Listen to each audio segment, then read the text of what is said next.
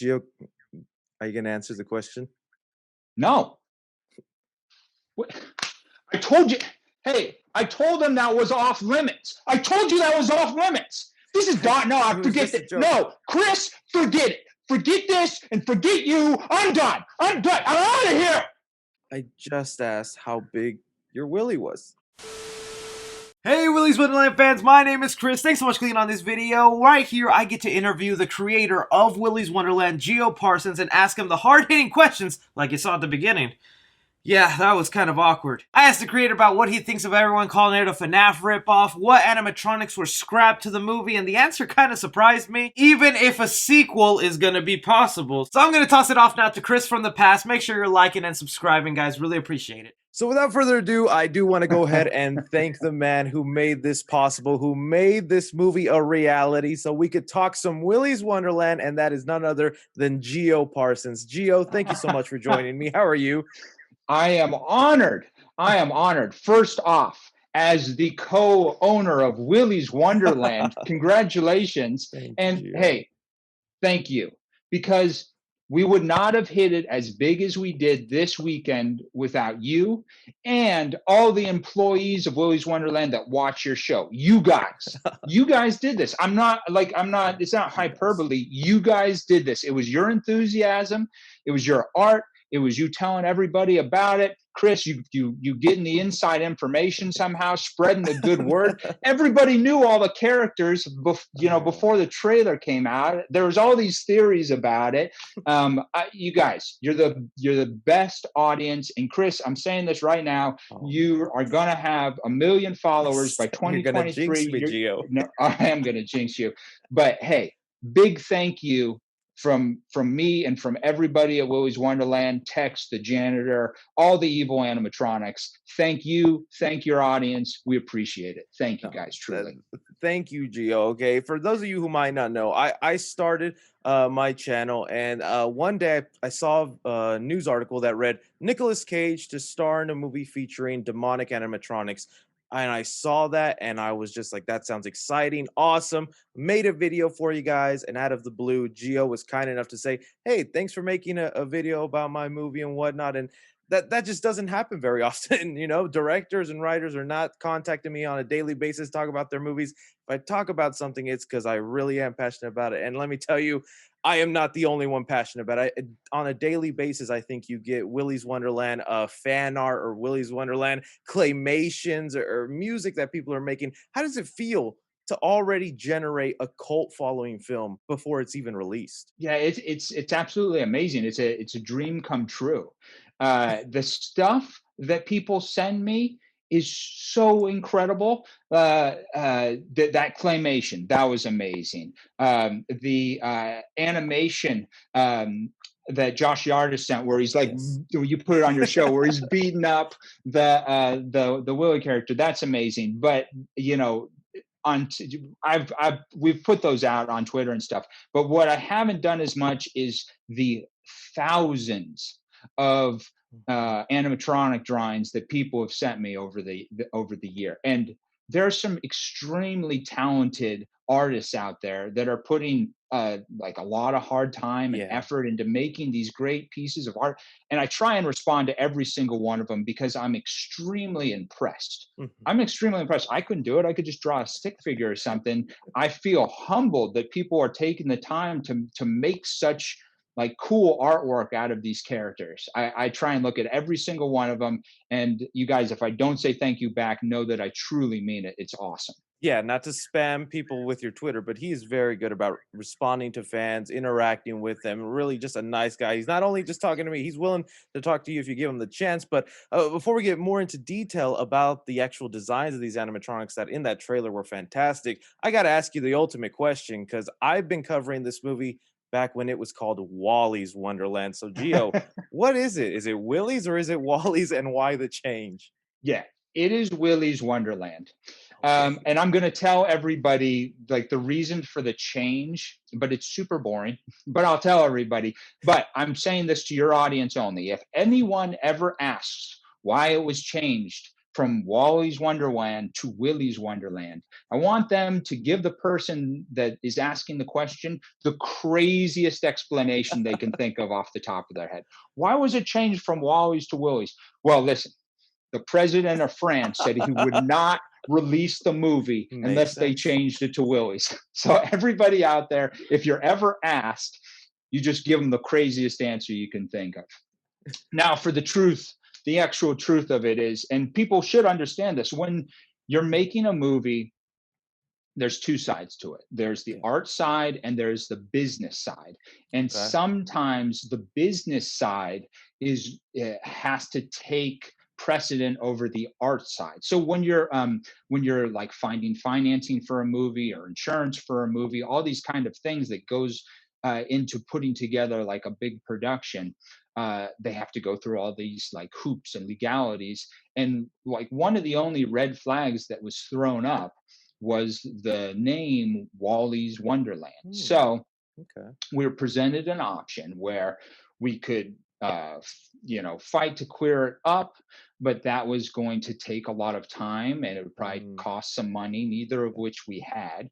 Or we could change one vowel and make it Willys Wonderland and keep on a trucking. So it was like, man, change it to Willy. So for you guys out there, you know the truth now. And if one of the reasons could be is so Chris can continue making silly Willy jokes all throughout his video. I hope you don't mind that, Gio, but it's made it for an easy joke here and there every video. I'm filled with anger and rage every time I see one of those opening bits. I appreciate you sticking through with that. But along with that also, well, how did you even get the idea for Willys Wonderland, to have this kids entertainment place be overrun with animatronics? Okay, so I was doing a lot of plays. I put up just plays. I live in Los Angeles, so there's a playhouse out here, and I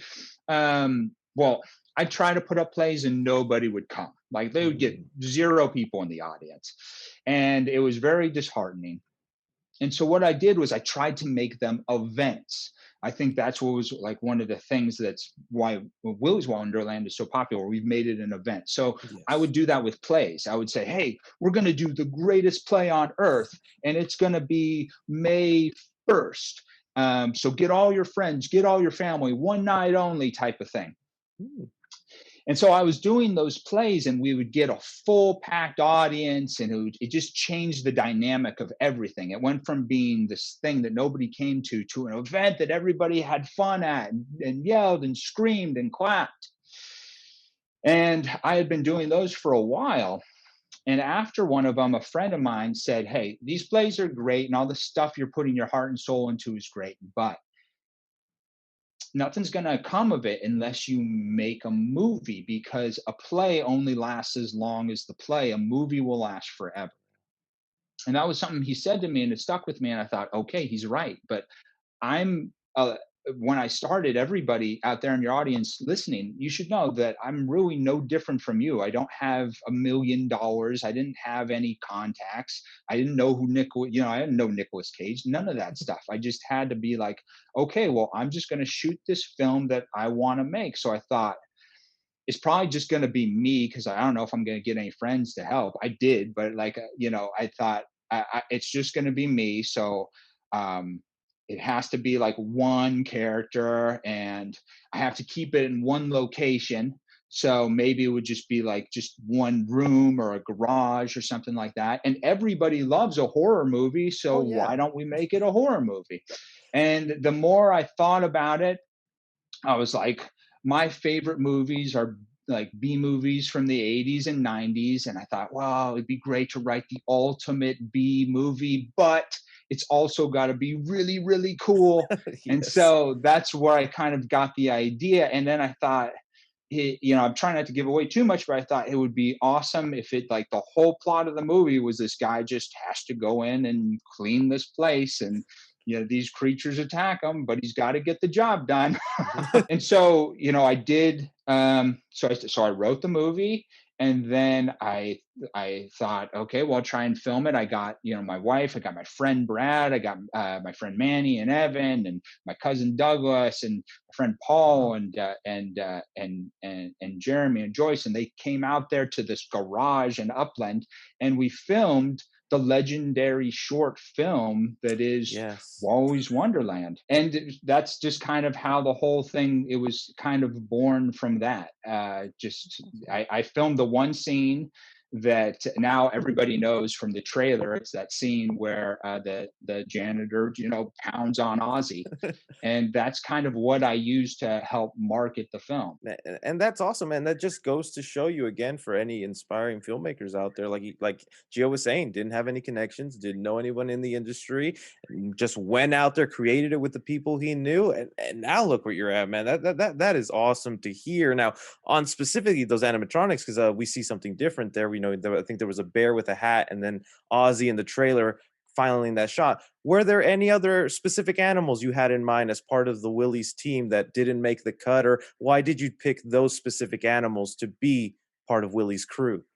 Okay, so there's two answers to that question. So when I was just writing the movie, again, I thought it was just going to be something for myself. So I was just coming up with the simplest things I could come up with that rhymed. So Aussie ostrich, Barry bear, like Oh, just, wow. and Siren Sarah. She's a pixie.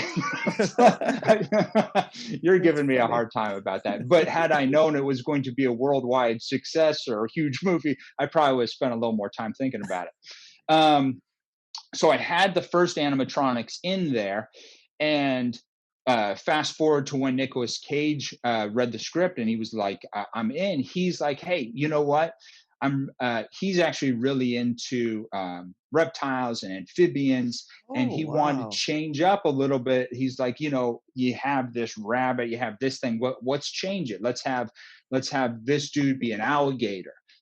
So yeah, reptiles and amphibians. We got the alligator, Artie alligator. Yeah. Then Cammy became a chameleon, Oh, wow. and um, uh, the original was Polly Penguin. He became Tito the turtle. Oh, so you had a penguin Um, in there. That's awesome. yeah, and then Cage was like, I had a pirate too, and he said that's cliched. Make it a knight. Oh, wow. That's kind of cool to know Nicolas Cage stepped in and was like, "Wow, if I'm gonna kill anything, they have to be this." So that's kind Yeah. of awesome. Hey, here's a thing that everybody should know about Nicolas Cage, and the man is a movie god and the greatest of all time. So I don't need to plug him, but I'll say this as him as a human being and as an artist.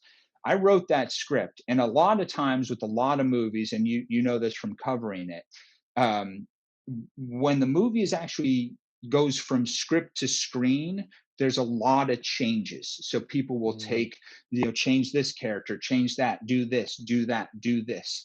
Well, we changed the animatronics from like a bear to a gorilla, but Nicolas Cage said, and it was like one of the nicest things anybody has ever done for me. He said, like, this is the script that I want to do. I want to do the script that Gio wrote. wow. So if you guys want me involved, that's what we're doing. That is And it so was it awesome. was it was like one of the coolest. Besides, my wife Amalia, my beautiful wife Amalia, saying she'd marry me. That was like one of the coolest thing that's ever happened to me in my life. And I think that his recognition that this is a cool piece of art, let's keep it as it is, resonated throughout that trailer. You can see, why is this different? Why is this so Yeah. crazy? Because it hasn't been like scrubbed or sanitized down. It's just literally the art just thrown out there, for what it was, which is, I think, very cool. Yeah, and I'm glad you bring up Nicolas Cage. That's obviously one big part of why I fell in love with the project before even seeing anything involved with it. Well, we live in a world now where the question is there still a movie star that can just bring people in? And I think your movie has the rare case where it has both. It has a great premise and it also has a great star to go with it. So, I mean, if Nicolas Cage didn't get involved, did you have a second option, or did you get scared that the movie might not be as big of a success without that big celebrity name? Well, here's another thing that's so cool about it was the first janitor was myself in that garage beating up the bear. The second person that was offered the job at Willys Wonderland was Nicolas Cage, and he said yes. He read it on or he was given the script on a Friday, and on a Monday morning he was like, when am I clocking in for work? Wow, just So like there that. was, yeah. So there wasn't any backups. There It's wasn't always anything him. else. He was always our guy. Well, that's good because I mean he fits perfectly into that movie right there. Speaking of which, Kevin Lewis is the director of this movie. Can you speak on collaborating with him and what it was like to just hand over what is essentially was your baby to someone else to expand out your vision? Yeah. So Kevin Lewis, like yourself, one of the hardest working individuals I've ever met. You don't do something great with your life unless you are clocking in early and you are staying late and you are caring about it more than anybody else. And that is the whole objective that Kevin brought to the film. We're going to work as hard as we can. We are going to make this movie like there will never ever have another chance again. And it was something that was infectious, I think, throughout Yeah. you see it in every single department, and there's like a million departments that happen on a movie set. His energy of everybody comes to work every single day knowing that this is something that we are taking 100% seriously, and we're all going to work as hard as we can on it, is it's an indelible quality that not everybody has, and he has it times 1,000. As far as our collaboration, we were pretty much on the same page from the get-go. One of the things that we talked about, that I think your audience always talks about too, is if these animatronics don't look good, we don't have a movie. Like if these animatronics look like some guy in a suit going Yeah. like this, it's that kills the whole entire world. The animatronics have to be as close to real life as possible. And Yeah. this I'd say it's a low budget movie. We're not working with $100 million. We had to make those as cost effective but also awesome as possible. Yeah. And so we were definitely from the get-go, that was our main thing, just make it as great as possible. And then you can kind of see just from the trailer, he's got Oh a yeah. great eye. He's got a great eye for scenes and for pacing and all that kind of stuff. So with Nicolas Cage leading the charge and Kevin there calling the shots, it was in good hands. Yeah, and I can speak on that too. Kevin's a great guy. I wouldn't have my Willie shirt without him, or me being safe out in the streets without my Willie mask. So he really was sweet, and also kind of me making my videos. But yeah, you nailed it on the head within that trailer. Is just the animatronics look really realistic, and I don't want to bring up any other movies, but we've seen them done where it just looks like guys in suits, and it's very noticeable. So I'm glad Willie did take that time to care for the movie. But speaking on that with the animatronics, we've heard that they have voices. Can you speak on the personalities you gave these animatronic puppets and what we can expect to hear from them? Yeah. So one of the things that I think is extremely important is making sure that all of them are their own person. Just like I'm my own person and you're your own person, we all have our distinct personalities and colors. So they all have to look a little different. They all have different Yeah, attributes, let's say. Um, and they all have their different strengths and their different weaknesses. And I think that's another cool thing about the movie is that I love Ozzy. My gosh, I almost teared up watching him yeah. just get bludgeoned to death in that trailer. But I absolutely loved him. He's my favorite. But you know Wow. what? A lot of people love Artie, and a lot of people love Gus, Right and a here. lot of people love they love Yeah. the guardian of the bathroom. Yeah. They love Sarah.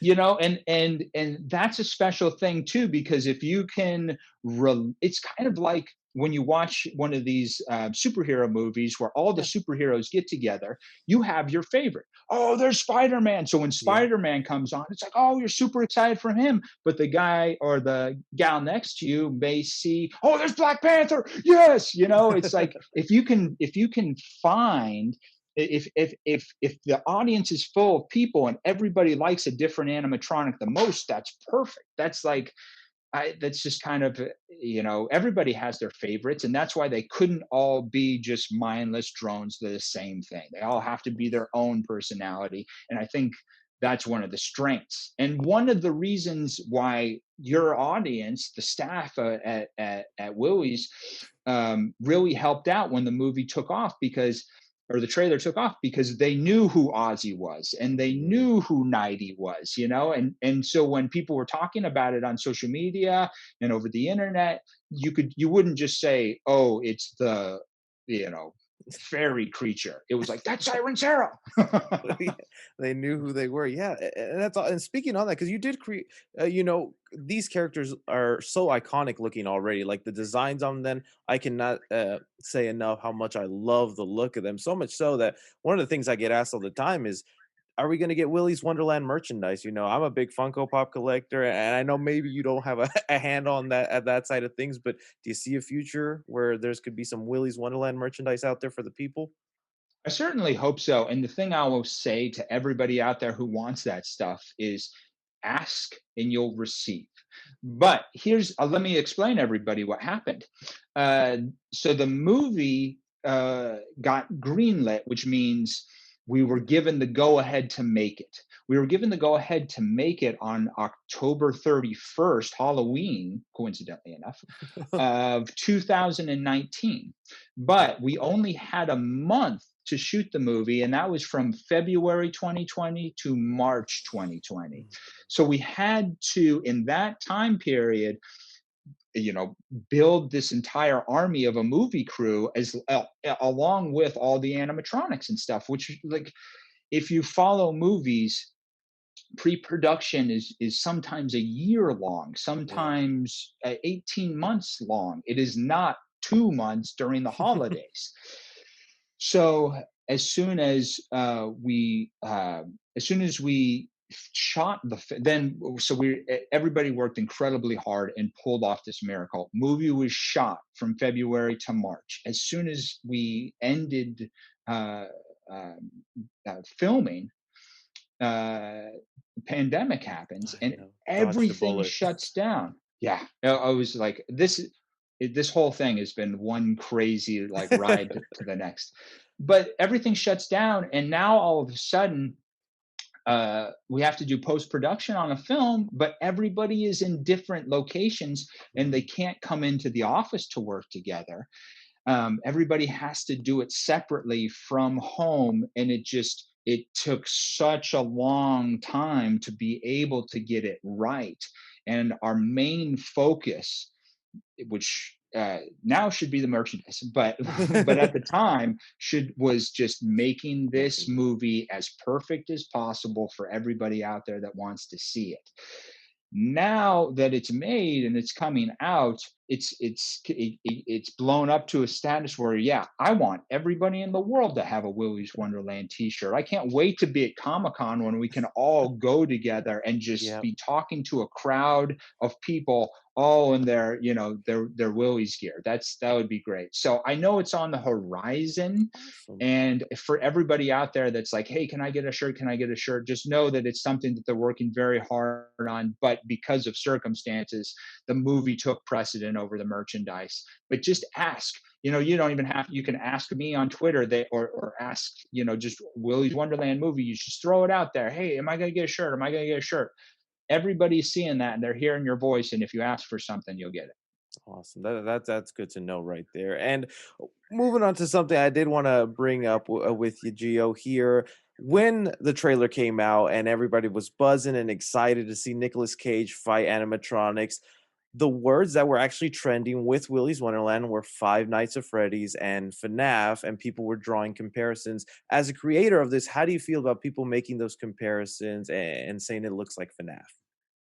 Well, I think it is the most like obvious comparison because for the last 5-10 years, Five Nights at Freddy's has absolutely dominated the subgenre of horror that is evil animatronics or evil toys or evil dolls or evil cuddly creatures. They've absolutely just owned that space. So when Willys Wonderland came out, of course it's the most compatible thing with that. But I made the movie as a homage to the great B movies that happened in like the 80s and the 90s. So like Demonic Toys or Puppet Master. There's a great movie. One of my first B movies that I actually loved is called Jack Frost, where it's like this snowman that's trying to kill people. There's a gingerbread man that came out that was awesome. Critters, there's all these kind of movies that I grew up when I was 10 years old and, sneaking the R-rated movies. That's what I was watching.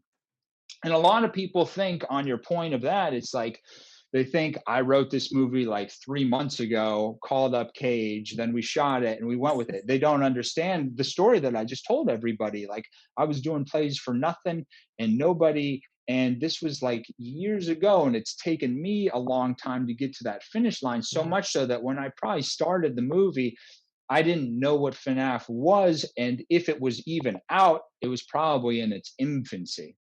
That said, people are always going to make that comparison. That's always going to happen. But there's Night of the Living Dead and there's Walking Dead, and they're both awesome.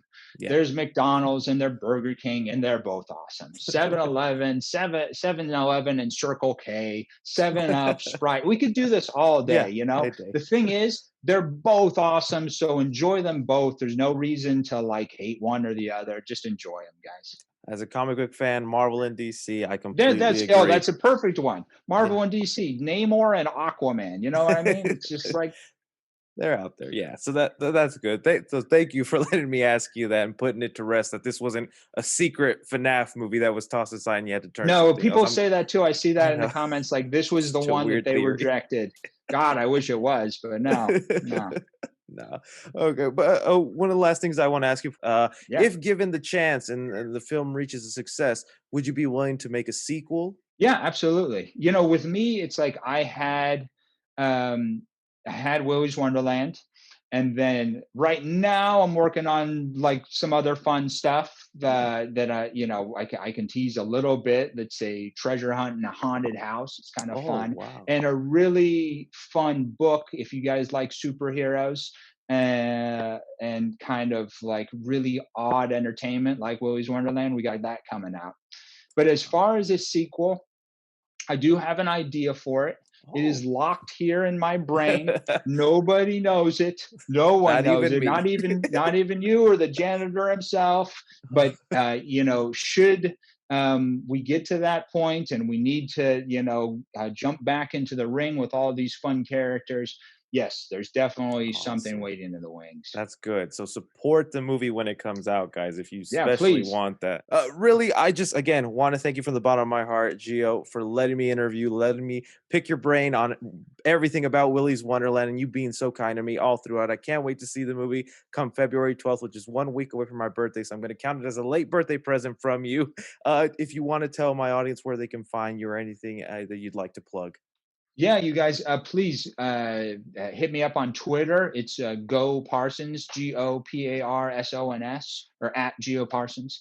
Same thing with Instagram, at Geo Parsons. Hit me up, make some art, do some crazy stuff. Listen, you guys, this is the one thing I want to try and do while I have you here is February 12th is coming at us fast. And like I did with those plays all that long time ago, is we got to make it an event. Yes. It's got to be an event. So if you are an employee, meaning that you are watching us right now, our job over the next 3 weeks is to get everybody excited for this movie. And you don't have to, cause a scene or anything. But hey, tell your sister, hey, there's a great movie. Tell your friends at school, if you're on the virtual class, just when she asks, like, okay, Jimmy, what's the answer to number 6? The answer to number 6 is B, but I need everyone's attention. We got to watch Willys Wonderland on February 12th. Okay, Jimmy, sit down. That's what we got to do. We have to make it an event. Everybody's got to watch and have fun. And, you know, it's been such a crazy whirlwind year. Let's go have some fun, and let's do that February 12th, 13th, 14th. I wish we could all be in a theater together, like having a good time watching this movie, but I'm going to be there virtually with everybody. I know you will be there, Chris, as well. And we'll just have like the best time. It'll be a blast. And thank you to everybody that's out there watching. Thank you for supporting the movie. Let's go make this thing huge. Awesome. You heard the man. Make it an event. February 12th, Willys Wonderland in select theaters and on demand. Thank you guys again, and we'll catch you on the next one. I just asked how big your Willy was. There we go, Gio. That's perfect. Hopefully that goes well. Yeah, that'll no, you know what? Because everybody's gonna click in and they're gonna see that and they're gonna start laughing. So Yeah.